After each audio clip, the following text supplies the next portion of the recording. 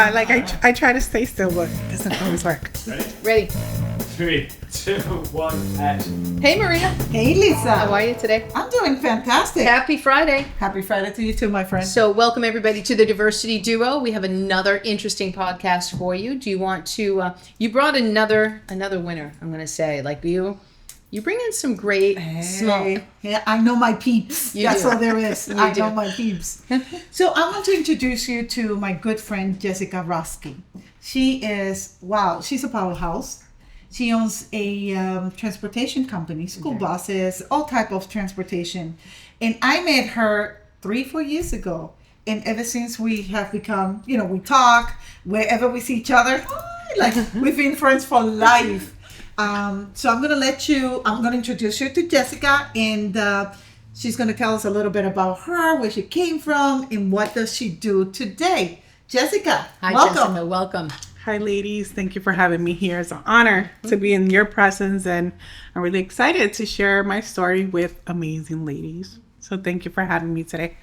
You're very welcome. Please, we're so excited. She went on your website. Lisa went on your website. She goes, "Oh my God, she's so interesting." So please share with our listeners about your company, where you came from, and where you are today. So my name is Jessika Rozki, and I was actually born and raised in Puerto Rico, Santurce, Puerto Rico, to be exact. I came to Massachusetts when I was 7 years old, raised by a single mom. I have 2 other siblings. What else? There's like a lot that you could say, but I remember just growing up in a, household of a single mom, trying to make a better life for us, as a lot of people migrate from Puerto Rico out here, to be in a way better lifestyle. And I saw my mom struggling for many, many years, and it was something that impacted my life in enormous ways, as I became a mother myself at an early age, 18 to be exact. I was a teenage mom, proud to be a mom. I have 4 children. I have 3 boys, 1 little girl who keeps me young at this stage of my life. And when I had her, I actually realized that, there's more to life than just the 9 to 5, right. The hustle and bustle type of thing. And in my early stage of my life, I realized, I became a school bus driver, and I loved every part of it. I went through other jobs, but this one actually fulfilled my purpose, which I love very much. I wanted to be a school teacher in my early days. But to be honest, I didn't have, or I better say, I didn't want to go to college for that many years. To me, it was I am the breadwinner at my home, and I didn't have the capacity to say, or better say, choose to just focus in college, or focus on just going to school. I had to choose to work and maintain my family and take care of my kids. And that was one of the reasons why I became a school bus driver. Was I got the things of both worlds. I got to be able to be a mom and at the same time work. And that gave me the flexibility to do what I most love to do. So I did that. And, when I had my daughter, it was like a whole nother rodeo. So here I am still doing what I love to do, and just been able to help my community in such a different level. I started with just 1 van. And it was just a passion of mine, and I just couldn't see myself leaving her behind. When my boys were younger, I had my mom that she was able to help me, and now she's much older, so I didn't want to I don't want to say a burden, but I didn't want to put that on her now at her stage of her life. So I wanted to make sure I raised her. I wanted to make sure I didn't miss out. I wanted to do what I most love, and that was children's transportation, at the same time be a mom. And I reached that goal, and I loved every minute of it. Has it been easy? No, but I love it. So, do you mind? Okay. So, it really interesting story, and I love the idea of starting with 1 van and driving. I love to drive. That's my favorite. It's a passion of mine. To get through college, I drove trolleys around Boston to start my company. I drove limousines at 4:00 in the morning just to keep money, right? Because it's you got to hustle, whatever child, or if it's my child business, right? But I love that you started with one van. What made that be your interest? What kind of opportunities were out there for you in this one van? How did you hustle it? Well, it started with after like a year of having my daughter, I wanted to go back to work. And one of the things that they said to me was like, you can't bring your daughter to work with you. So I had to choose whether to take care of her or leave her in a daycare center. And as many parents know, daycare could be very, very expensive, and I just started looking at it like, is it even worth my time going to work and leaving all my paycheck at a daycare center? Right. So to me, it just didn't make sense financially. And what it did is like, I also started seeing a lot of parents that were struggling, like that didn't have like a bus company or a transportation that could actually take their children to the school. So as we know, right, there's our work hours interfere with the schooling hours, right? So as parents, we're trying to juggle it all out, right? Trying to figure out, okay, like if I can't afford daycare, can I afford at least a transportation company that could pick up my child, let's say at grandma's house, and then drop off my child at school? That made kind of like a little bit more sense to me. And I just started seeing how so many parents struggle with having that support that I said, you know what? I started praying and I asked God, I was like, God, what would you like me to do? And I kid you not. And I tell this story all the time, how he showed me in my dream exactly my first van, not just from like a van, but inside out. Oh, wow. Like inside out, like the leather seats that are exactly the van, the budget that I was going to stay in. It was a really big awakening, just to see that I was able to see that beforehand. And we started with just a minivan. On the business side, I didn't know what the heck I was doing. But I know like my passion will lead me to my purpose. And up to this day, I always say like my transportation company is my ministry. Yeah. We started with helping, I want to say like one student at a time. I still remember my first client that when we started and I told her what was my price, she looked at me and she said, Jessica, there's no way that's all you charge. And I said, well, what am I supposed to charge? She was like, way more than that, girl. Yeah. And I was like, well, I don't know. Cause I'm just starting off, but grace be to God, by the words of that lady, I understood that there would be more opportunities. Yeah. So even on that day, she said, Jessica, I do see you with a bunch of vans and a bunch of vehicles transporting a whole lot of students. And right now, we currently transport over 200 students daily. Wow. Mm-hmm. And how many vehicles? Right now we're up to 15 and we're upgrading our fleet. So we went from one mini school bus and now we have a fleet of 6 full-size brand new school buses. It's amazing. Bravo. Really, by the grace of God. That's amazing. Mm-hmm. I'm not supposed to say amazing. You've been doing so good. I know. Wonderful. I don't know where I'm sorry. I said amazing and now it threw my brain.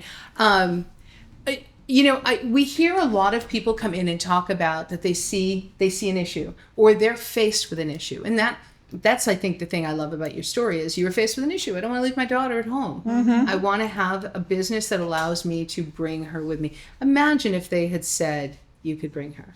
Mm-hmm. Right? And that's the thing is we don't know when a challenge becomes an opportunity until it happens and we get to kind of look back and picture that we were able to overcome and see that. And I think that's an incredible part of your story. Can you walk us through the one minivan to a fleet? And I love hearing somebody who started with one minivan talking about a fleet now, right? Mm-hmm. How did you know? How did you, I'm a procurement person. From a procurement perspective, How do you get in front of understanding it's now time for a new vehicle? Here's a cost analysis of it. How do I identify this? What do you have for your kind of board of directors?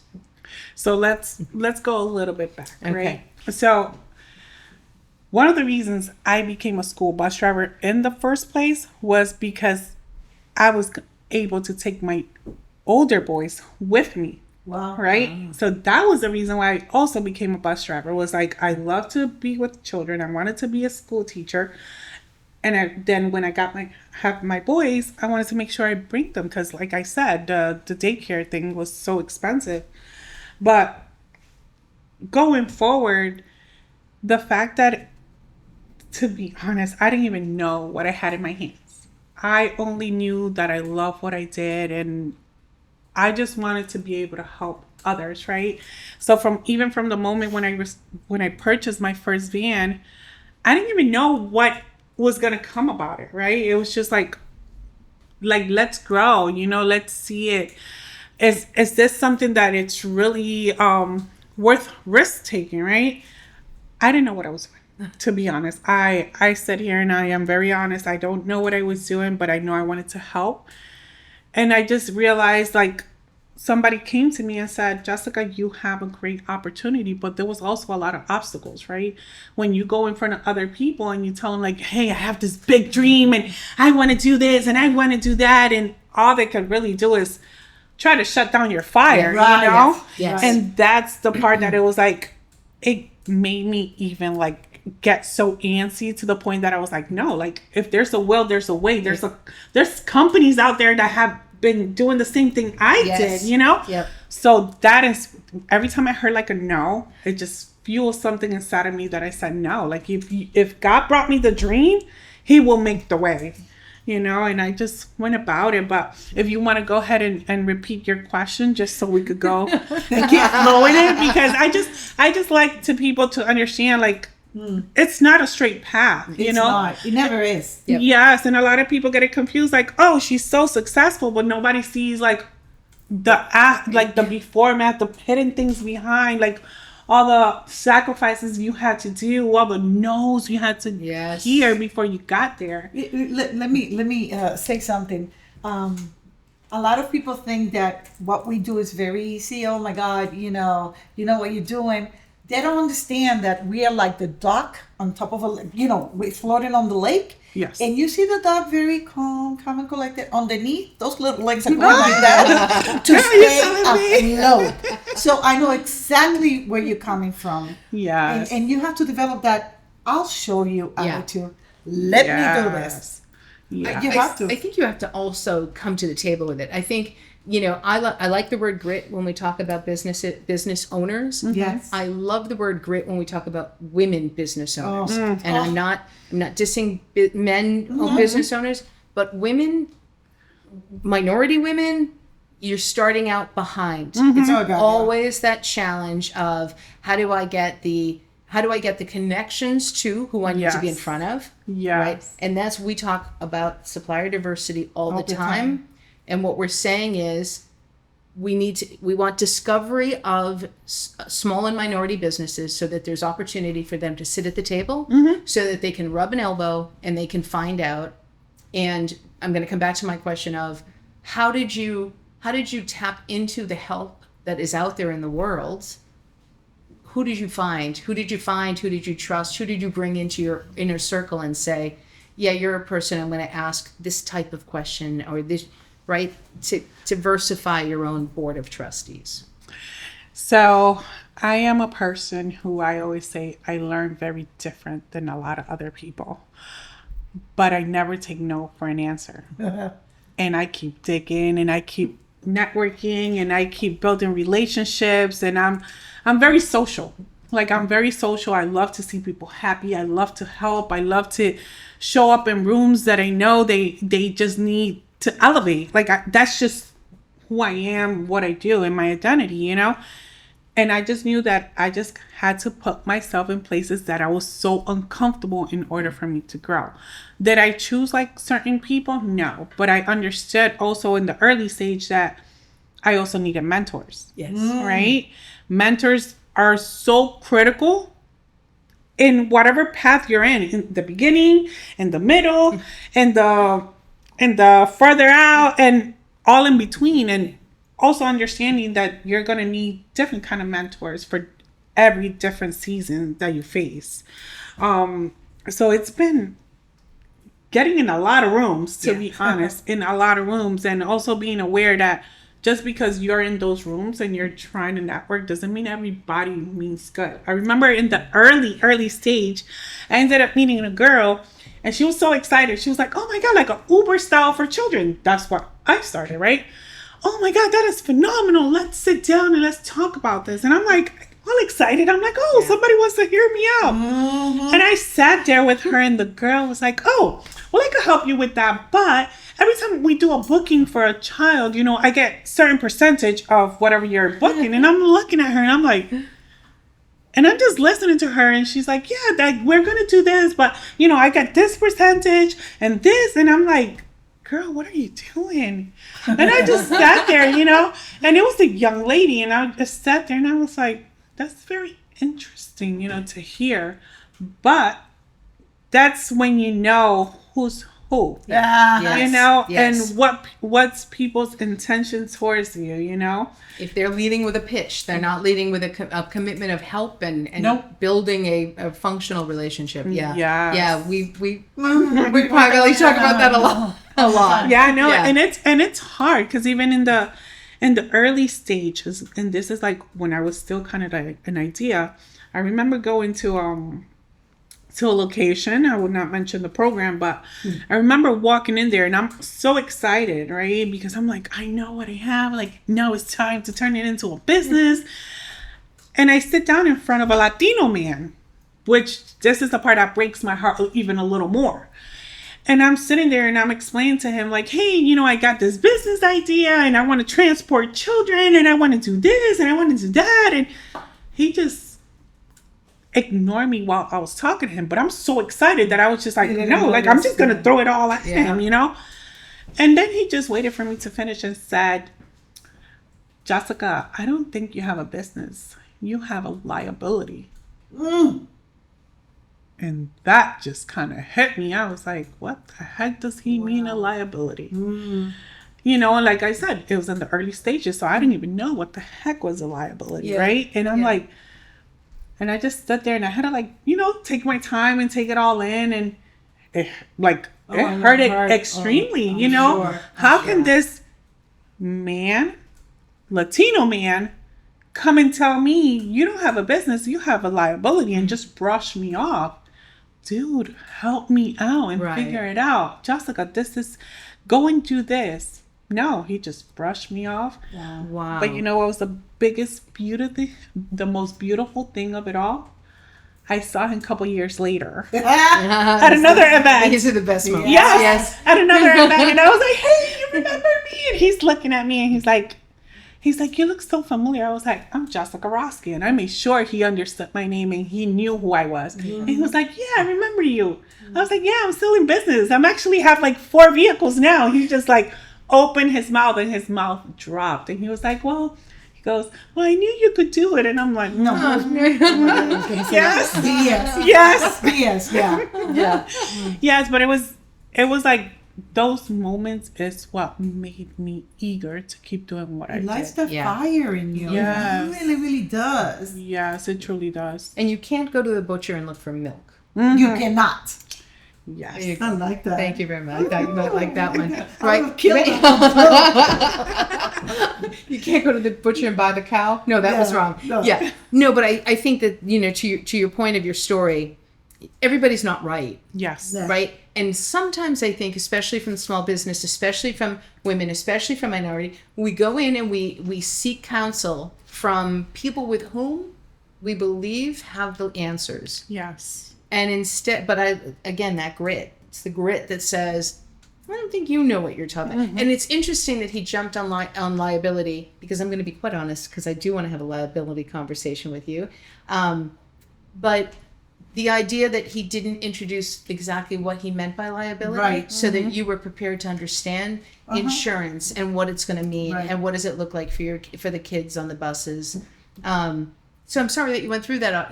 That was what a great learning opportunity for you. Absolutely. I'm Where not she is sorry. today. I honestly, I'm not. Well, you can't. was a Yeah, learning love was a opportunity, learning just opportunity. like Lisa said. Absolutely. Yeah. Especially every time I see him, I just make sure, like my face just shine. And I even was in an interview. I was actually chosen to be a speaker in one of the events that he was part of, and he was just staring at me, and I'm like, I know you remember me, Yeah, I will never forget him. Yes, so no. it's as easy as that. Never. Thank you for lighting that fire. Yes, he Amen. truly did. So I don't even see that as a downfall, right? A lot of people Right. see it as, oh my God, like, no, that was like a fire Yeah. in me, Yeah. Yeah, no, that's a wonderful opportunity. So the original question was, how did you know about maneuvering? I mean, just the paperwork, right? You're a my certified God. business. Yep. I say thank God for Maria Gonzalez in processing paperwork. But despite everything that she does, knowing the insurance, knowing the lease agreements that happen when you procure in a fleet as opposed to going out and buying a single vehicle, and even procuring gas, you have different opportunities for gas buying. How do you learn about that? What do you do? What are you doing to educate? So I'm gonna say I am, like I said, I'm one of those that keep digging and digging and digging until I find the answers. I go in through every free resource that is out there in my Nice. community. Yeah. Because also when we don't know about money, we don't know about money. That is Yep. true. Right? Yep. And when we're trying to keep every dime to make sure the business is going accordingly, we have to be wise in where to look, right? Otherwise, you'll get eaten by those sharks that are, Oh, absolutely. And it happens very often. But I was very lucky to keep digging and always say like, hey, this is the help that I need. Can you help me get there? And things I didn't know, there was one of my greatest mentor that she helped me also in the beginning stage. And I would say, hey, like, I don't know what the heck I'm doing, but can you explain this to me? And she would just say, hey, Jessica, let's dig, and she will help me and she will guide me. And she was the one that kind of mentioned to me like the certifications and said, Jessica, this is a great opportunity for you.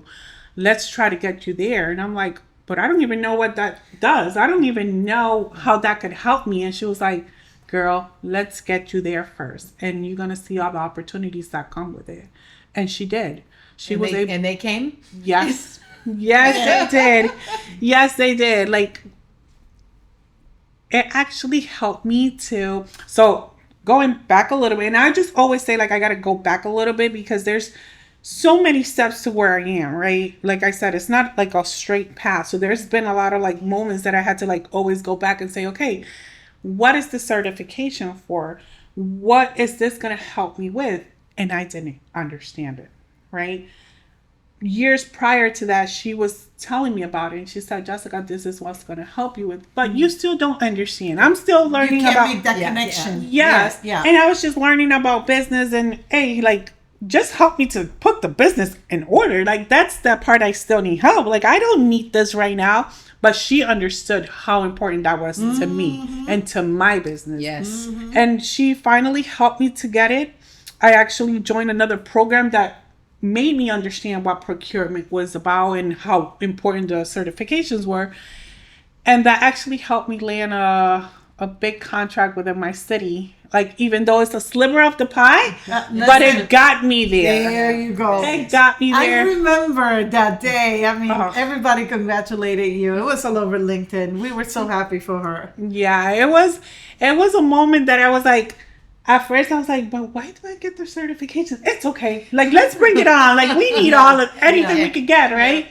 And then when I understood the importance of it, was just like, oh, like now I get it. You know what I mean? And it's been very interesting, especially when I received that contract that the certification helped me. And I'm still learning about opportunities with it. There's still things that I'm still learning, but at least it got me to one of the biggest goals that I had from the beginning, which was to serve students. So now that allowed us to serve students, not just at the small scale of like 10 kids, 20 kids, but because of those certification, it helped me to, like I said, transport over 200 students. That's amazing. But you have to say it Stop though, saying amazing. because But that that one's was the amazing. first one. Yeah. That's my first one. Amazing. But it is truly amazing. Yeah. That Yeah. you didn't know how certifications are going to help you, and that certification or certifications was the key to open those opportunities. Yes. Because I'm sure there have been many opportunities after that. Yes, there have been, but I've been staying focused, right? I want to be able to, whatever I bring to the table is quality, Yeah. right? So it doesn't mean because you jumped into this big opportunity that everything else you're going to jump right into it, because you could lose what you're trying to build because you're Absolutely. trying to outgrow yourself. Do I want to expand to other cities? Yes. I have been slowly growing to other school districts, right? Lovely. And I love it. Like, we have our vans in another part of our, and up in the Berkshires, we have our school buses closer to our, right in our cities. So to me, I'm just excited to grow, but effectively. I don't want to go ahead and lose the quality that we bring to the table. Yeah. Can we go ahead? You don't want to do that expansion like you see it in a lot of restaurants. They expand, they go into every state, Yeah. and then they have to cut back because they didn't realize they didn't do a market research. Yes. And now the money's not coming in. So that's kudos to you. Kudos for that. Can we jump into the structure of the Please, by all means. So the structure of the business. So you started this all on your own, one minivan, Yes. just you. Yep. How many employees now? 13. That's great. Outstanding. That's really great. The craziest part was, and I always laugh every time. There was one time I was filling out some paperwork, or somebody asked me how many employees that I had, and I was like, "Oh, I have 4." And then my payroll girl just looked at me, which has been my friend from like forever. She looks at me and she goes, "Jessica, do you realize you have 8 to 10 employees?" And I'm like, "Huh?"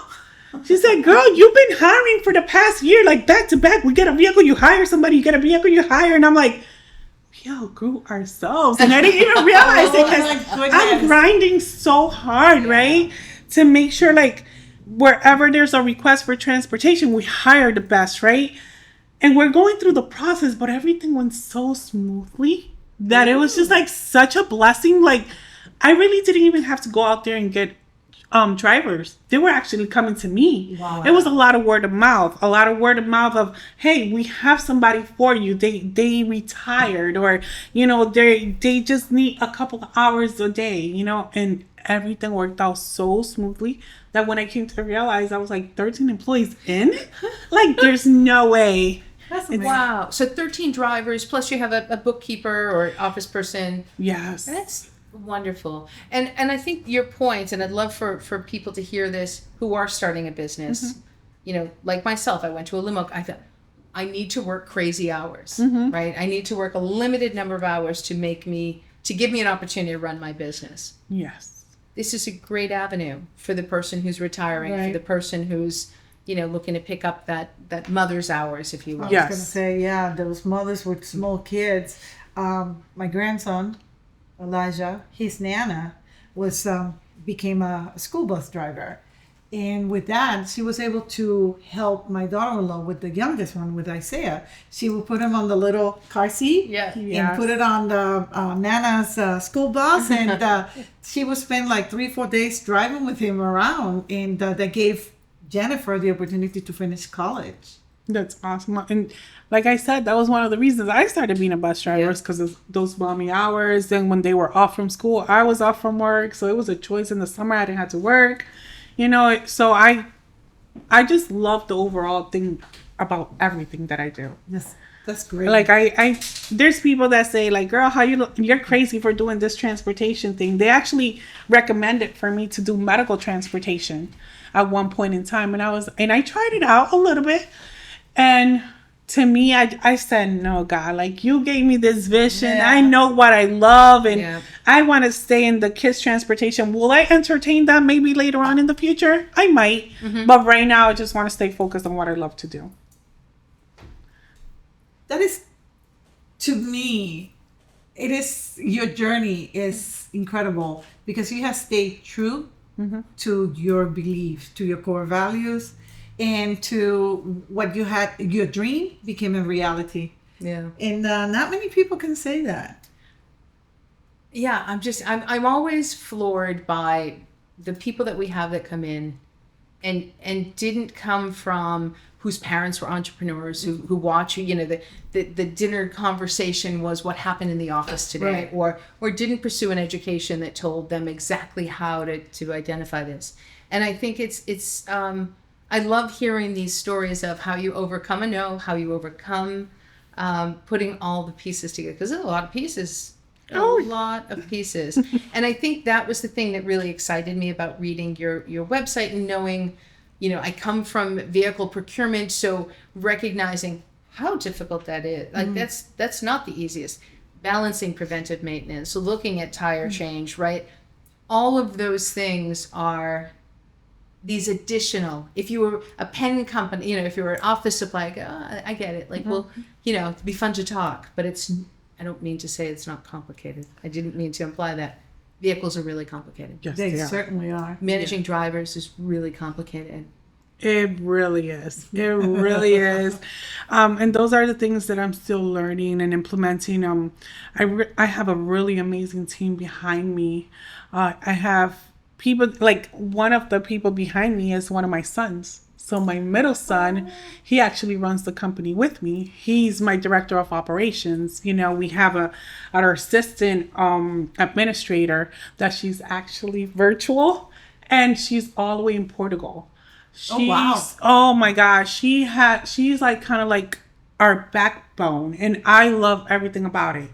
That was one of my things that when I started the company, I was like, God, like I want to be able to help beyond four walls, you know, and I'm able to do that. And I have my best friend for over 20 years that run our payroll, a young lady who didn't even realize that she had the capacity to learn that. Wow. And I was like, you know, she got scared. She was like, Jessica, I can't do this. And I was like, no, I need you to do this. I know what I'm weak at, so I know where you are good at. And I know you're good at learning. I know you're good at researching. I know you're good at just staying consistent in certain things that I need you there. And that team has been more than amazing. The drivers that I have, the communication, like they understand like the trainings that we have to do in order to stay consistent, you know? And I could honestly say I've been very blessed. That's Very blessed by fantastic. each and every one of them. Like it's a team play out, you know, like I cannot take credit for it all. Can I take the credit for, you know, the back end things of how hard things are at times, and you know the drivers don't understand. Like I just had 3 vehicles breaking down at one point in time, and I'm over here crying my butt off trying to figure out like, oh my God, I need another VM, you know, before this time. And they don't understand, and they will never understand that part. But the smaller team in the office understand the hurdles of it, you know. And it's been challenging at times, you know, because we went from a mini school bus that I paid $3,500, invested another $3,500 Wow. to now buying school buses that cost $130,000. And it doesn't get easier. No. It doesn't get easier, but we're able to say, you know what? It's worth buying those vehicles that are brand new, because now the maintenance is way less, you know, versus here. And I'm gonna share this little part. Like I remember buying our second school bus, was a medium-sized school bus. And I said, oh, it's only $14,000. By this time, so I didn't pay myself the first few years of the business, right? As we all know, as business owner, we put everything right back into the business. And I remember saying like, oh, you know, like, let's buy this bus. Is, you know, I keep getting requests for like buses, right? I purchased it. And I kid you not, before that bus was even out on the road, I already paid like double of what I purchased it for, right? So I'm like, oh my God, was it? Now you start like doubting yourself, like, oh my God, did I do the right thing? Did I not do the right thing? And I said, you know, God, we bought it. Let's go with it. You know, we don't got no more of a choice, right? Yeah. So we put it out there, and I kid you not, by the time I finally decided to take it out of the road, I already spent like 50 grand. So it was it was kind of like how would you call it? Like it was a great opportunity because I saw what was coming. You know, it allowed me to see the need. Yeah. Right. And I said, you know what? At one point in time, you start going and start running your numbers and decide like, okay, like Jessica, give it up. Yeah. Give it up, girl. Like give it up. It's not nothing. Yeah. Yeah. Yeah, and a lot of times, you know, we try to make the best choices, but sometimes it just don't work. No matter how much we try to keep pushing it. Yeah. You know, but that allowed me to say like, okay, now if you really want to step up your game, you got to go for new buses. And that's when I decided to say like, okay, now how am I going to obtain this money that I need to bring my business to the next level when every vehicle before that I paid cash? I didn't have no loans. I didn't have none of that. I didn't want to have loans. I didn't want to carry that. And when we have grown in certain areas, when we think, oh, taking out a loan is a really bad thing to do. It's scary. It's very scary. Yeah. It is. It really is. So, but it allowed me to say, okay, like, it's time to let the fear go. Yeah. Yes. And go where you need to go. And I received my first school bus loan, and from there it was a whole nother story. Brand new bus.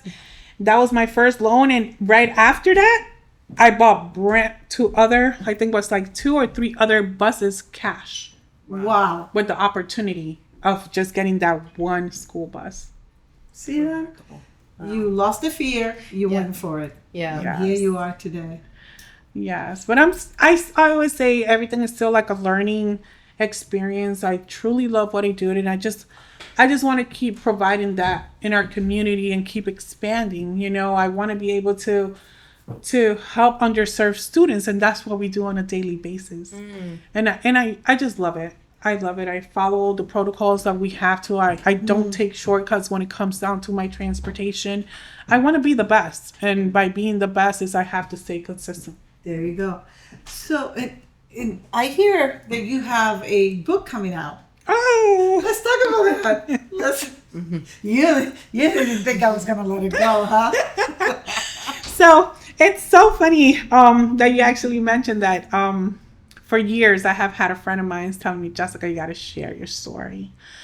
And, you know, because of fear, we always like, no, I think it's too soon. It's not time yet. I don't have a story to tell. Yes. And I'm just like, oh, but a few months go down and 4 other people came out of the nowhere and said, Jessica, where's your book? And I'm like, oh my God. I had a friend of mine text me out of the nowhere, where's your book? And I'm like, oh my God, like, I get it, God. Like, I get it. Like, I get your point. I know where you're coming. And then Elizabeth reached out and said, Jessica, we have this great opportunity. We would love for you to be part of it. And I'm like, okay, God, I'm listening. Like, I'm listening. Let me just put it all in. And at first I was like, I don't even know what to write about. I was like, what am I going to write about? Like, there's so many things. Like, where do I even start? Mm-hmm. And they said a deadline. And I was like, okay, I get it. I was like, okay. So I said, you know what, God, I'm just going to start writing. Whatever comes out.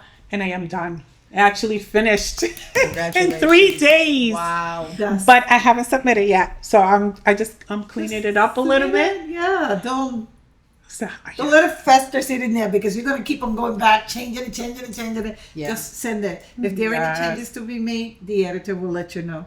Yes. But thank you for the opportunity because I got a little feeling like somebody shared a little bit of the story, you know, and I'm extremely grateful for you, Maria. Oh God, likewise, girl, Yes. likewise. I cannot wait to read this story. Cannot wait. I'm gonna excited. be a great book. I mean, we have Leonela, who's going to be part of the book. Dulce Orozco, Elizabeth. I can't wait to read all those. So many people. Adriana Vaccaro. So many people with such stories to tell. Cannot wait for this anthology to come out. I'm looking forward to it. Like, I'm really, really excited. I had an opportunity, like, many years back to also do the same thing. And I was like, I was not ready. Like, I was, like, not ready. But this time around, I was definitely ready. And I am also going to be writing another book on my own. This definitely inspired me to finally say, like, Good. Jessica, it's your time to write your story, your full story, right? So I did share a lot of it in the book, but eventually I'm gonna soon, before the end of the year, come on. Good for you. That's great. That's great. I love to hear people's stories. Yep. Me too. Yeah. Me too. That's my favorite thing. Yeah, because you say you weren't ready, but you were in the midst of Yes. what you were going to be able to write about. And Yes. yeah. I was sitting like I probably like a few months back, I was actually getting coached by somebody telling me about how to write the story, and I came up with a kid's book. Oh. And she was like, "That's a book." And I was like, "Really?" She's like, "Yeah, like let's get it done. Like you already started, it'll be volume 1." And she was such a great coach when it came down to that I didn't even realize that I actually wrote a book. Wow. And she's like, "Girl, you just got to put it out there." And I'm like, "I'm not ready." She's like, "No." But I think I just got to step away from my fear and say, okay, like here it goes. It's not just about me when I'm sharing my story. It's about others who I could help along the way. So I love that. And that's what we do this for, right? Is there is an administration that, we don't get political here, but, the administration is the administration. And it was November, and then I called Maria in December, and I said, we need to start amplifying voices about what are we thinking? Mm-hmm. There's too many really good small businesses. There's really interesting big businesses that are open and working with small businesses. And every time we have somebody on here and they share their story, it comes back to asking for help. Mm-hmm. There you go. We talk about that every single time. If you're starting a business and you don't ask for help and you think your island is going to be able to do everything, you're absolutely sadly mistaken. I learned that in my early stage. Yeah, right? It's like, no, I have that. No, you don't. No, mm-hmm. That's you because you can't possibly. Yeah. We're the people, when we found a business, we have to do everything and think of everything. Mm. The difference between what we're doing in ours and what happens in a large business is there's X number of people in a large business that get to own their silo. Our silo is the entire farm. Tell me and about the farm and the chickens need to be fed every day. I like that one now too. Chickens need to be fed every day.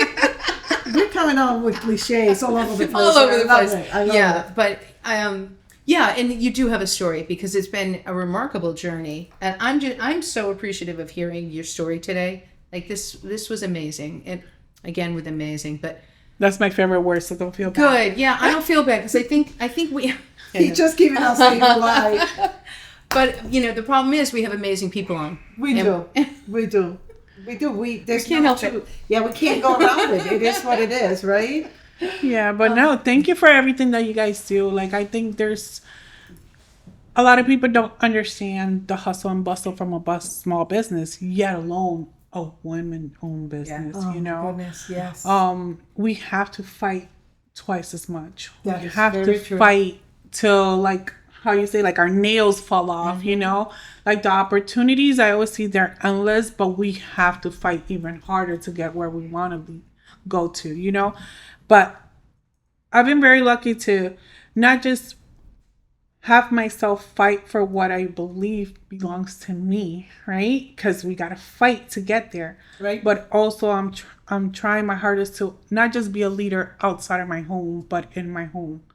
So everything starts at home as well. So if I'm not leading my children, then what is my biggest purpose of doing what I do? Right.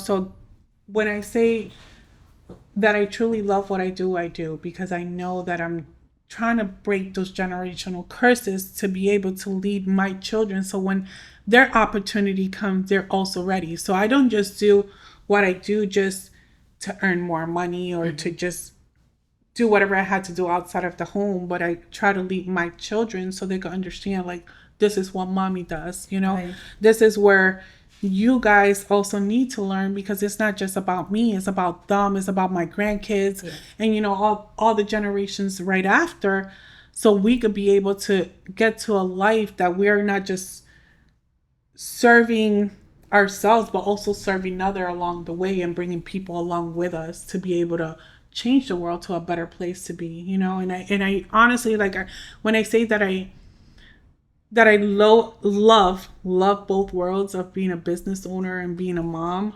Like, to me, there's nothing better than that. Yeah. It was not lost on me that we were sitting having this podcast, not in the studio today, which is very strange, but that we have two young men at the other side of this table. And they're sitting here listening to three women of different ages, of different ethnicities, of different, talking about a unified mission. Commonality. This is based on our commonality. So, I'm sad that we're coming to the end of the podcast, but I want to know, Jessika, what's next for Jessika Rozki? Well, I know that I'm trying my hardest to keep on trucking, right? Keep on trucking. I'm trying to focus on building a strong team. We are growing effectively by the grace of God. One of my goals is to be able to own my own commercial property. Nice. where I could just not just provide transportation but give training as well.